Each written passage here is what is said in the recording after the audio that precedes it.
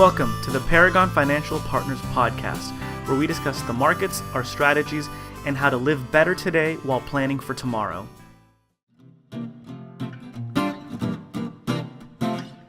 Hello, and welcome to the Paragon Financial Partners Podcast. I'm Elian Mendoza, and I'm here with Evan Shorten, our firm's founder and principal. Hello, I'm Evan Shorten, and thank you for listening to our podcast. I hope you all had a great holiday season and a happy new year.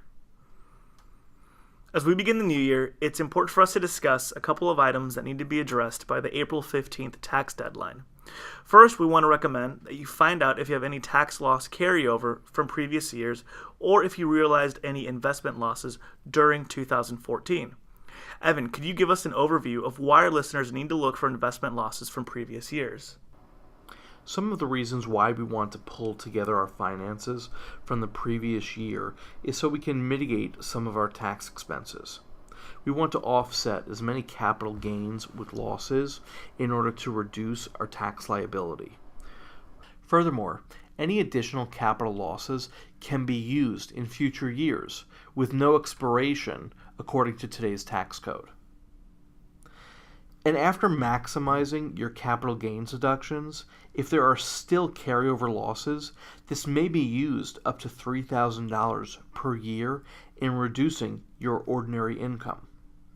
And an added bonus is that this may assist in managing your Medicare Part B premiums. Wait, can you repeat that again about the Medicare premiums? Yes, so it's important to recognize that you always want to be able to mitigate as much of your taxable income as possible in the current year in order to manage what your Medicare Part B premiums will be for the following year. And I say this based on where you are within the threshold of calculating your modified adjusted gross income. It's important to recognize that we reduce our income as much as possible by taking advantage of the carry forward losses that we have available. This will help reduce taxation on our mutual fund distributions, our capital gains from the sale of assets that have created a tax implication, and even reducing our income, our ordinary income, by $3,000. What's also very important to recognize is that your tax-free income will be added back into the equation in determining what that Medicare Part B premium will be. If you need to find your tax losses for previous years, a great place to start is your 1099 document from your brokerage accounts. Also, your accountant and or financial advisor may have these records on file from previous years. Great. The second item we want to call to your attention is to fund your IRA and company retirement accounts. If you find it's advantageous for your particular situation, you can actually contribute for both 2014 and 2015 if you'd like. Contributing to your retirement accounts is also a great opportunity to speak with your financial advisor, as there's been changes made to the contribution limits of company retirement accounts. And actually, Evan is going to provide us with an update on those contribution changes for 2015. Thank you.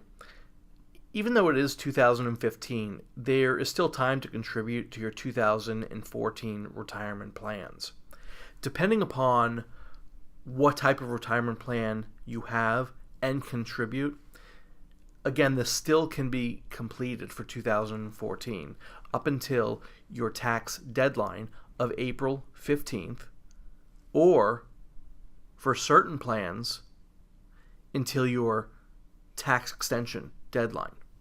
So if you contribute to a traditional IRA or a Roth IRA, the contribution limits for 2014 to 2015 have remained the same.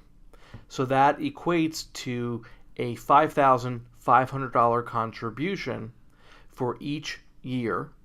However, if you're age 50 and older, the contribution limit goes up $1,000 as a catch-up contribution for a total amount of up to $6,500.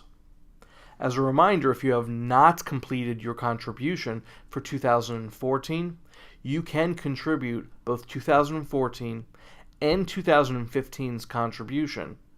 If you contribute to a self-employer pension or a SEP IRA or a profit-sharing plan, you can contribute up to 100% of your compensation or $52,000 for 2014, whichever is less, and for 2015, that number increases to $53,000. Both of these numbers also afford you the flexibility that if you are over the age of 50, you will also have the option for a catch-up contribution. That catch-up contribution for retirement plans will be a $6,000 number. So instead of $53,000 for 2015, your maximum contribution will be $59,000. For even higher wage earners, in 2015, you can establish a defined benefit pension plan. And the basic limit for a defined benefit pension plan is up to $210,000. It's important to be mindful about your involvement with a defined benefit pension plan. There are annual requirements for contributions, and I strongly suggest that you work with your advisor closely on truly understanding this type of plan and the complexities associated with it. Whether you are contributing as an individual or for your small business, it is important to be aware of the different retirement plans available. Others that were not mentioned until now include a 401k, Roth 401k, and a simple IRA. It would be best if you review all of your options with your trusted advisor. I want to briefly mention a couple of things that can make life a little easier for a small business owner. First, using an electronic organization system such as QuickBooks or Peachtree is a great way to keep yourself organized when it comes to tax time. I also highly recommend that you introduce your bookkeeper and your accountant so they can work together on compiling your information on a regular basis and provide you documents that will be needed for filing your taxes. It's very important for you to maintain the pulse on the finances, both in your household and for your business.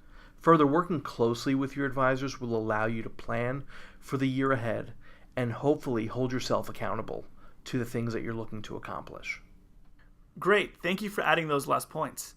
So thank you again, everyone, for listening into the Paragon Financial Partners Podcast. If you have any ideas of future topics you'd like to hear from us, please leave us a comment on Facebook. Also, don't forget to like our podcast on Facebook. Yes, thank you for listening to our podcast. Please subscribe to our podcast on iTunes, Stitcher Radio, or Podbean to stay up to date with our newest episodes. Stay tuned as we will be discussing upcoming required minimum distribution choices and early planning for charitable giving. Thank you.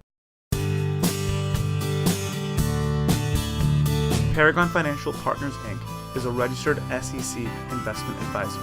The broadcast is for informational purposes only and should not be considered as a solicitation or offer to purchase or sell securities. The financial strategies and guidelines discussed herein may not be appropriate for everyone, as each individual circumstance is unique. Please review all tax information with your tax professional. Please review all legal information with your legal professional. We hope you enjoyed the Paragon Financial Partners podcast. And again, thank you for listening.